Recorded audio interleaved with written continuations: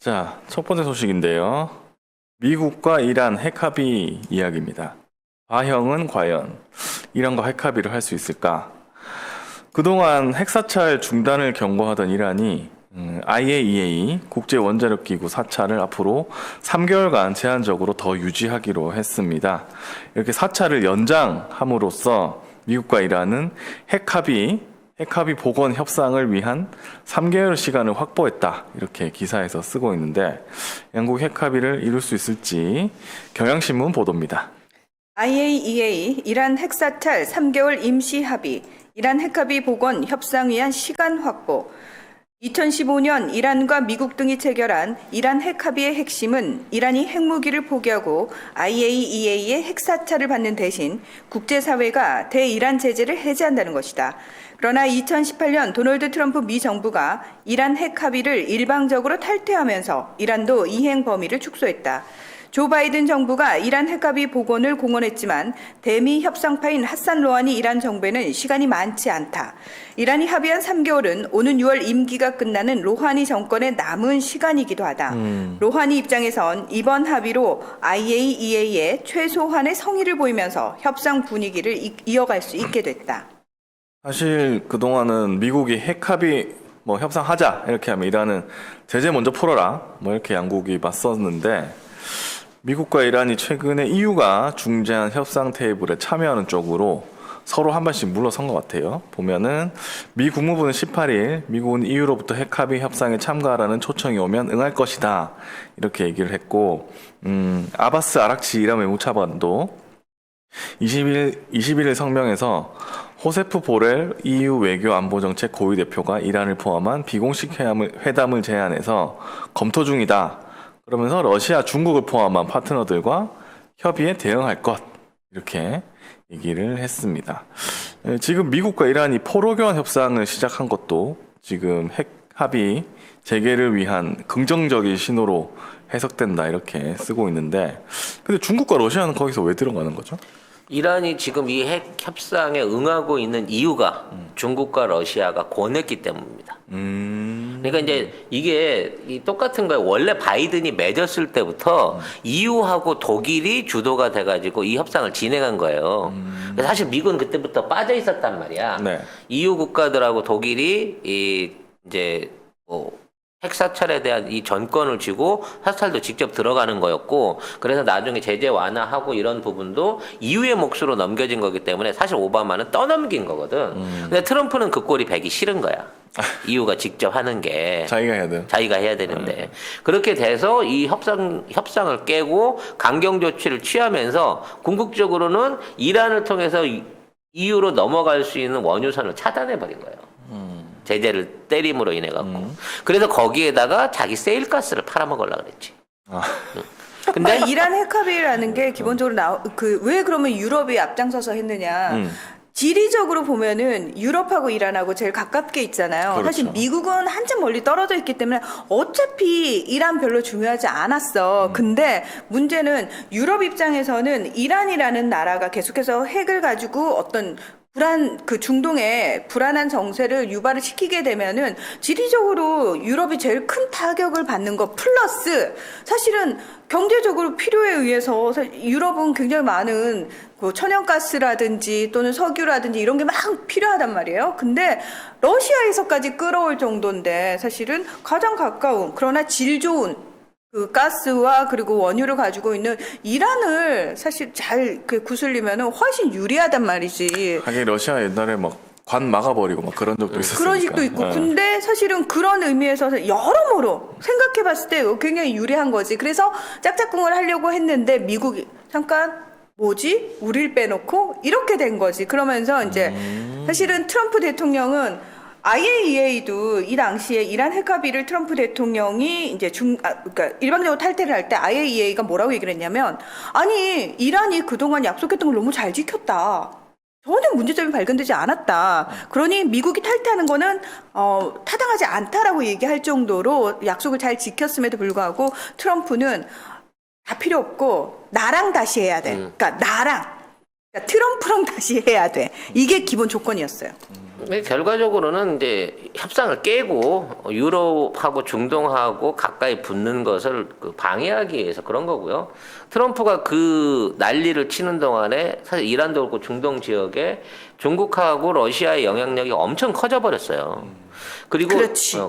이 영향력을 빌미로 해가지고 EU 입장에서도 지금 뭐 일부는 그 미국하고 함께 중국에 대한 어떤 거리를 벌리는 부분을 보여요. 영국은 그러고 있는데 프랑스나 독일 같은 경우에는 이제는 개별 사안에 따라서 중국과 협조할 수 있다. 협의하면서 같이 나가겠다라고 하는 선언을 하고 있는 상황이기 때문에 사실상 중동에 있어서 관할권을 EU가 거의 거머쥐었다고 보여지는 거고요.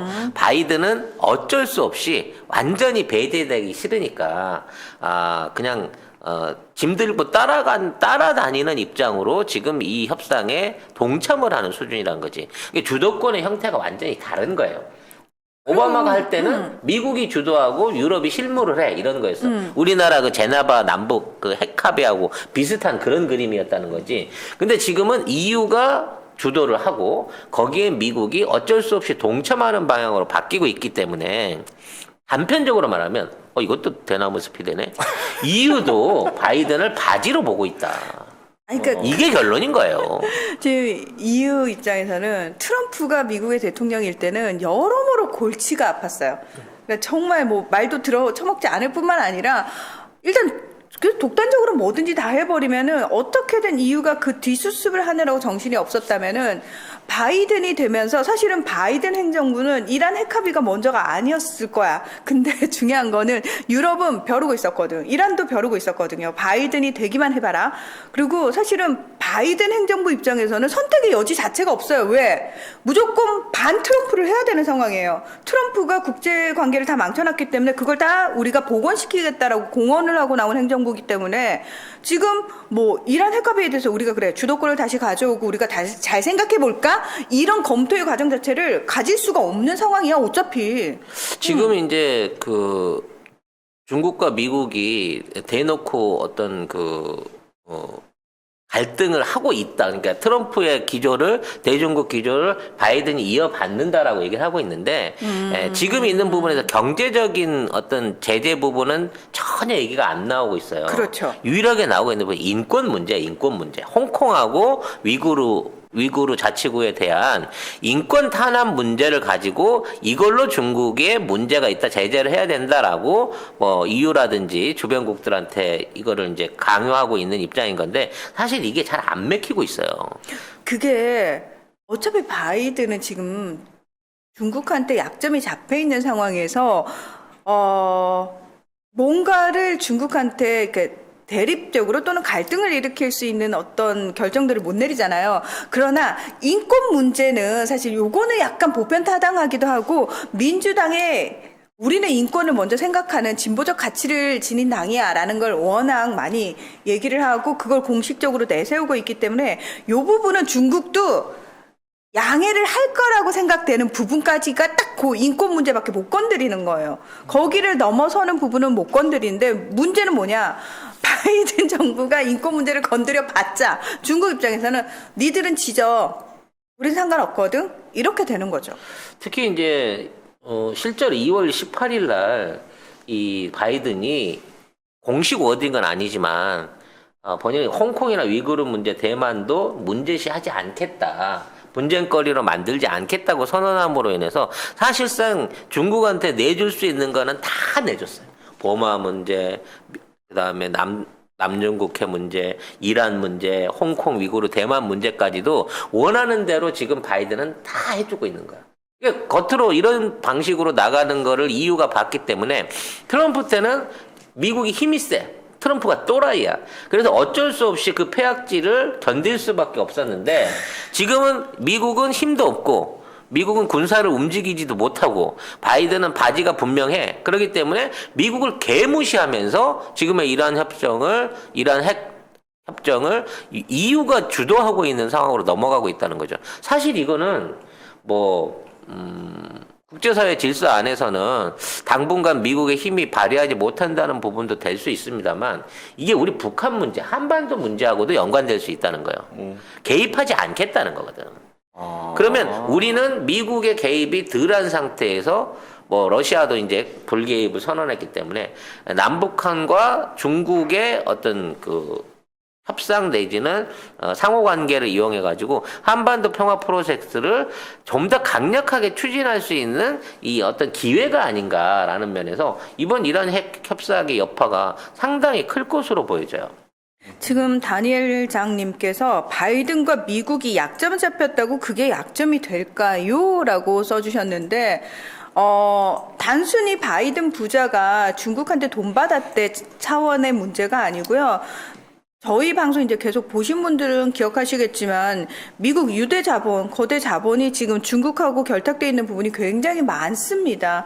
그러니까 뭐 그 두 사람의 문제에서 끝나는 차원이 아니고 사실은 이게 중국하고 미국의 관계가 개선이 돼야지만 그 유대 자본이 계속 커질 수가 있고 얘들이 영향력을 발휘할 수 있는 거거든요. 그러니까 돈이 걸려 있는 문제예요. 예, 돈이 걸려 있는 문제이기 때문에 아마 바이든뿐만 아니라 그 미국 내 주류, 그러니까 딥스테이트에서도 결코 중국과 미국이 극한 대립으로 가는 걸 원하지 않을 거라는 겁니다. 예.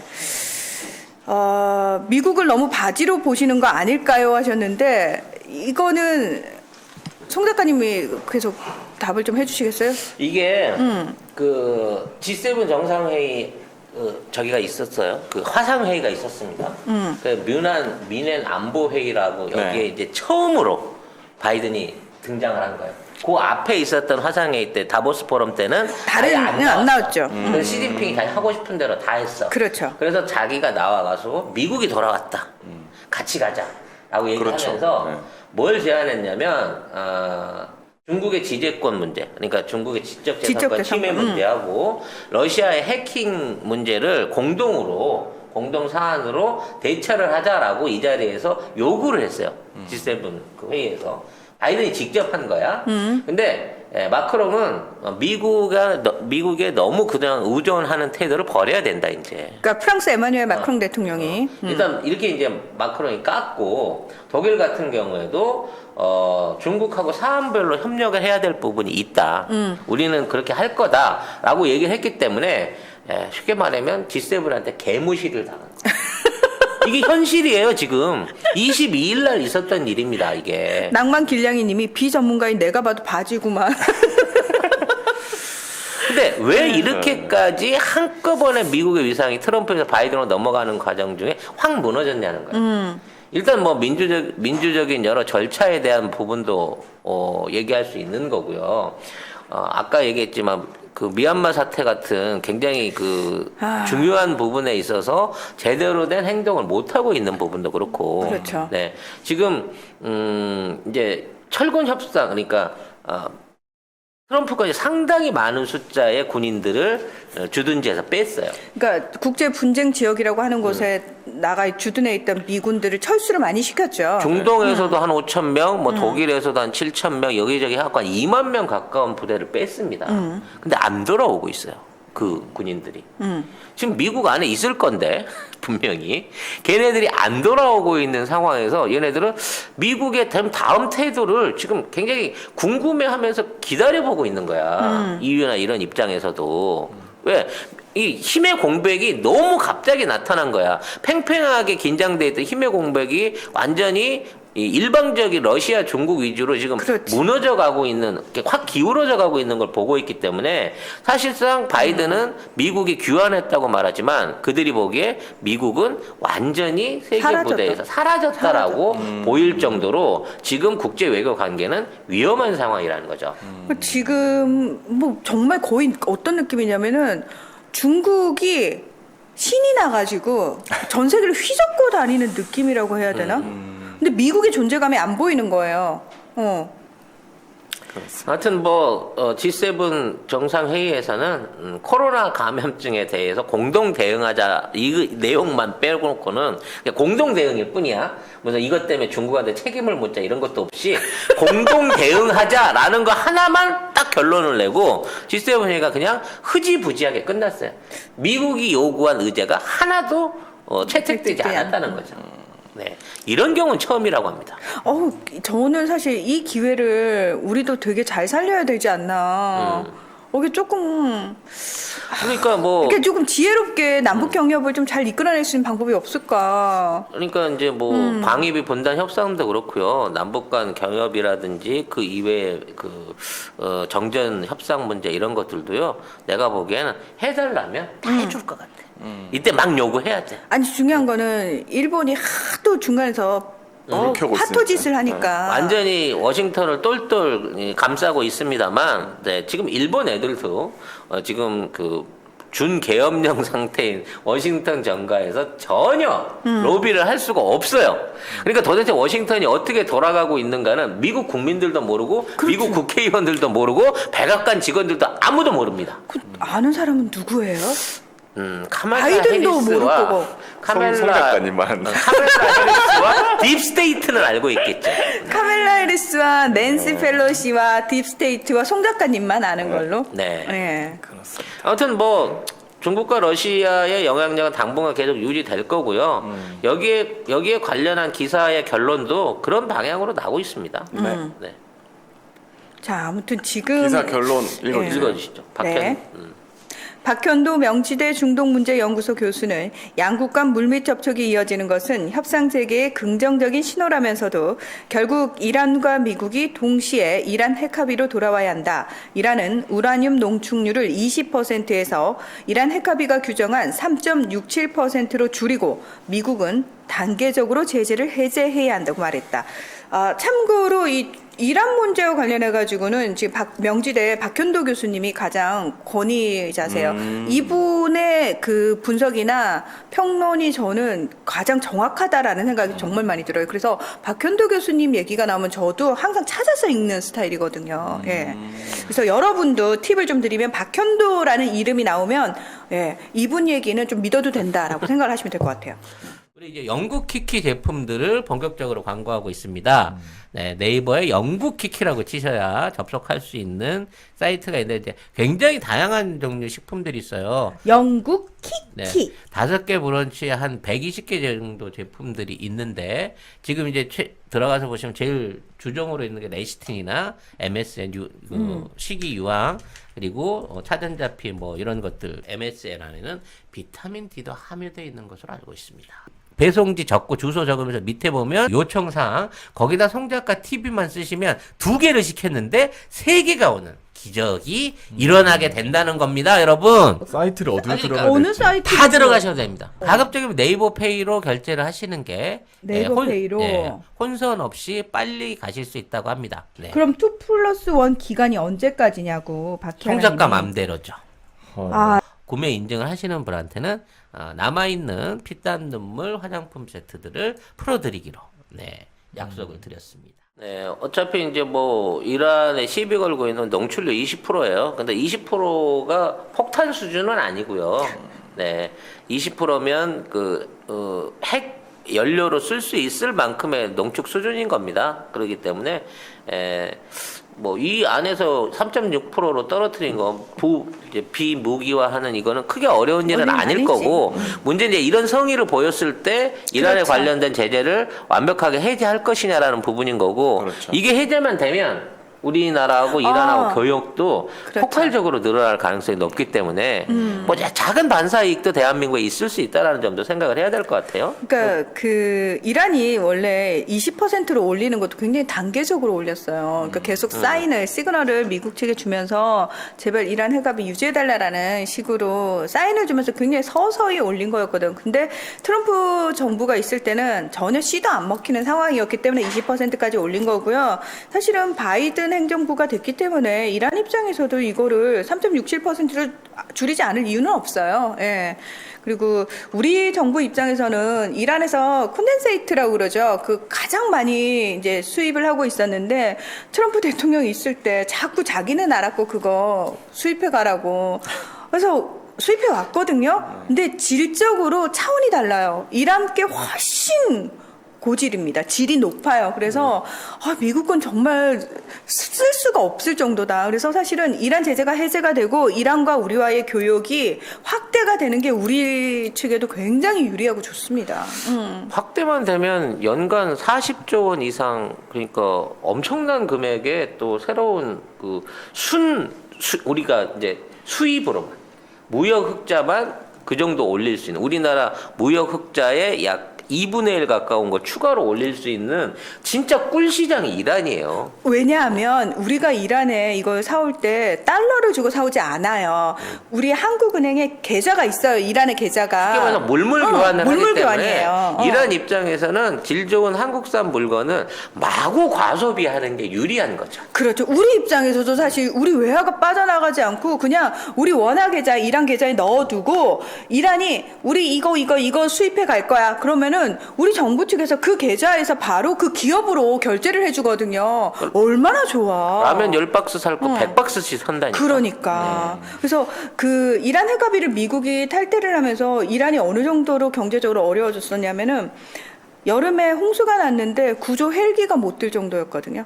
굉장히 정말 너무 그게 가슴 아픈 상황이었어요. 그러니까 이란 정부가 아니 사람이 죽어가는데 헬기를 띄울 수가 없어. 구조 헬기 없다고.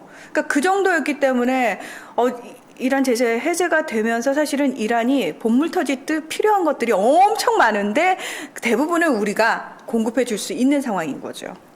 아무튼 뭐 묶인 돈이 7조 6천억 달러 뭐 네. 있었다고 하죠. 네. 일본 애들이 그거 갖고 한국은 저렇게 도둑 국가다. 왜 남의 나라 돈을 안 주냐 그러면서 국제사회에다 이것 갖고도 열심히 씹었는데 이걸 이제 전에 한번 말씀드린 적 있어요. 스위스 중립계좌로 옮겨주고 니네 알아서 찾아가라고 하려고 했는데 이게 풀리면 굳이 옮길 필요 없는 거죠. 그렇죠. 우리 돈인 거지 그냥. 우리 돈. 물건빵으로 그냥 해결해 줄 수 있는 돈 되는 거죠. 그렇습니다. 그래서 이 와중에 이란 정부가 한국 내 동결 자금 이전 사연과 관련해서 협의를 마쳤다 이런 그 보도가 있었습니다. 지난 2018년부터 미국 정부가 이란 중앙은행을 제재 명단에 올리면서 이란 측에 한국 계좌를 통한 거래도 이제 중단이 된 상태잖아요.